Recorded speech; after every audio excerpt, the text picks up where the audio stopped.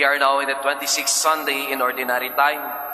At sa ating mabuting balita ayon kay San Lucas, narinig natin ang paghahambing ng isang mayamang tao at ni Lazaro. Let us do a comparison between these two persons. First, ang una ay ang isang mayaman, a rich man. On the other hand, there is Lazarus who is very poor. Isang mayaman, isang dukha. Unang paghahambing. Ang ikalawang paghahambing ay yung mayaman, the rich man, was dressed in purple garments. Sa panahon dati, hindi lang po basta-basta na magkaroon ng kasuotan ng kulay purple. Sa history, purple is the most difficult to produce. Yun ang pinakamahirap at pinakamahal na kasuotan ng isang tao. While on the other hand, Lazarus, ano ang damit niya? Ano ang bumabalot sa kanyang katawan? Hindi basta-bastang damit o kahit anumang magarbong damit. Ang bumabalot sa kanyang katawan, sugat. He is covered with sores. Pangalawang paghahambing. Ang ikatlong paghahambing ay, the rich man is enjoying eating so much food. Siksik, liglig at umaapaw ang kanyang pagkain sa kanyang lamesahan. And if I may say, Luke, the Gospel according to Luke, beautifully describes how many the food that he has. At ano yun? Yung pagkain niya ay nahuhulog na sa kanyang lamesahan. While on the other hand, Lazarus, wala siyang pagkain kagaya ng mayaman. Umaasa lang siya sa pagkaing nahuhulog sa lamesa ng mayaman. He's eating the scraps, the waste, mga tira-tira, mga patapon ng galing sa pagkain ng mayaman. Ikatlong paghahambing. The first person, he is rich, while Lazarus is poor. The rich man is wearing purple garments, symbolizing his status that he is truly rich, while Lazarus is covered with sores. The rich man, maraming pagkain. Ngunit si Lazaro ay humihingi na lang at umaasa na lang sa kakarampot na tira-tirang pagkain ng mayaman. Malaki ang pinagkaiba. There is a big gap. What is the equalizer of these two persons? The answer is death. Death is an equalizer for everyone. Pag tayo ay namatay, lahat ay nagiging pantay-pantay.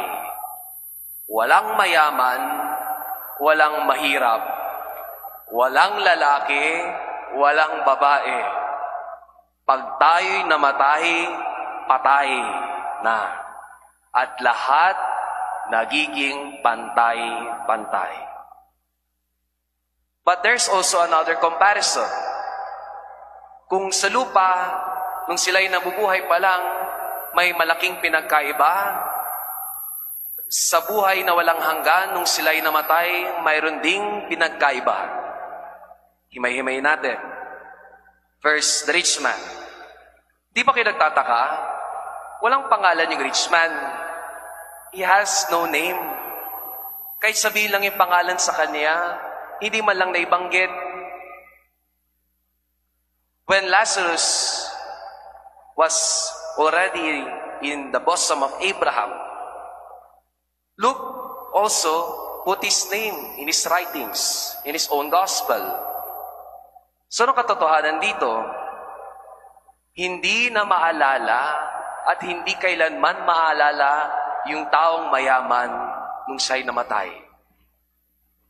Bottom line, kahit gaanong karaming kay gaano karaming kayamanan, hindi siya maalala ng kahit sino man.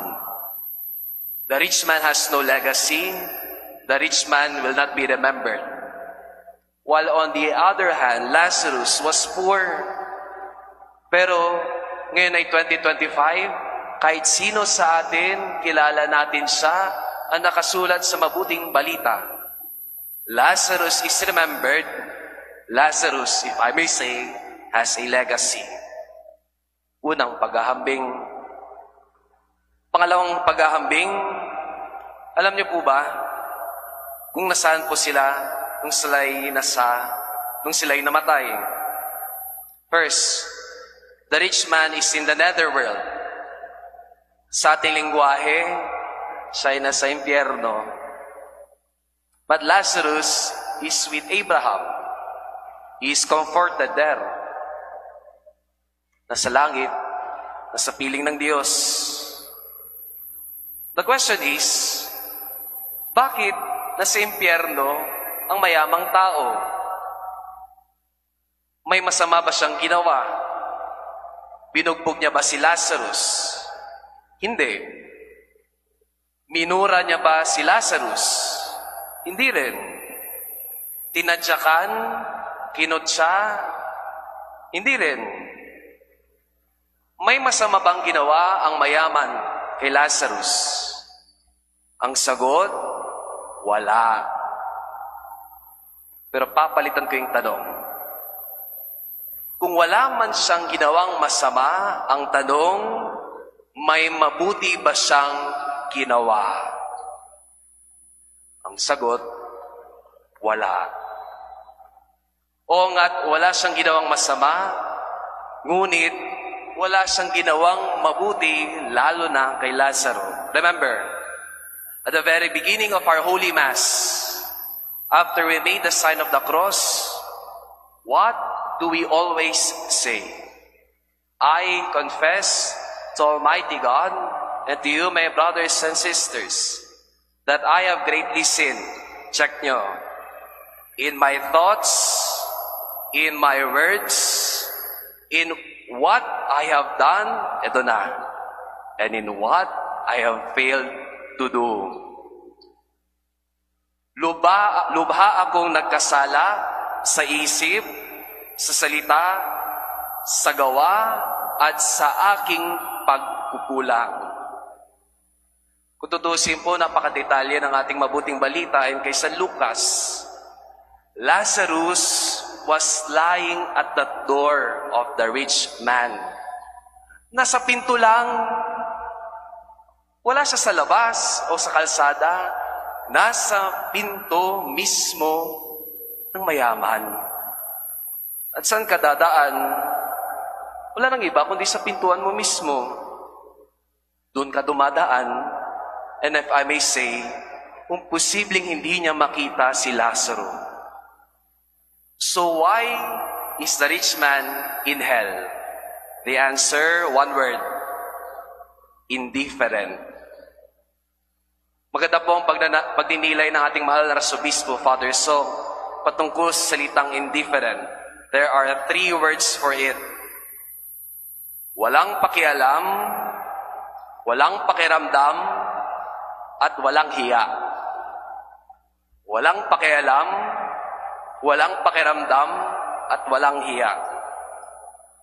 At sana, kung kayo makakita ng nangangailangan ng tulong, sana wala itong tatlong to, marunong mangialam, marunong makiramdam, at matutong mahiya.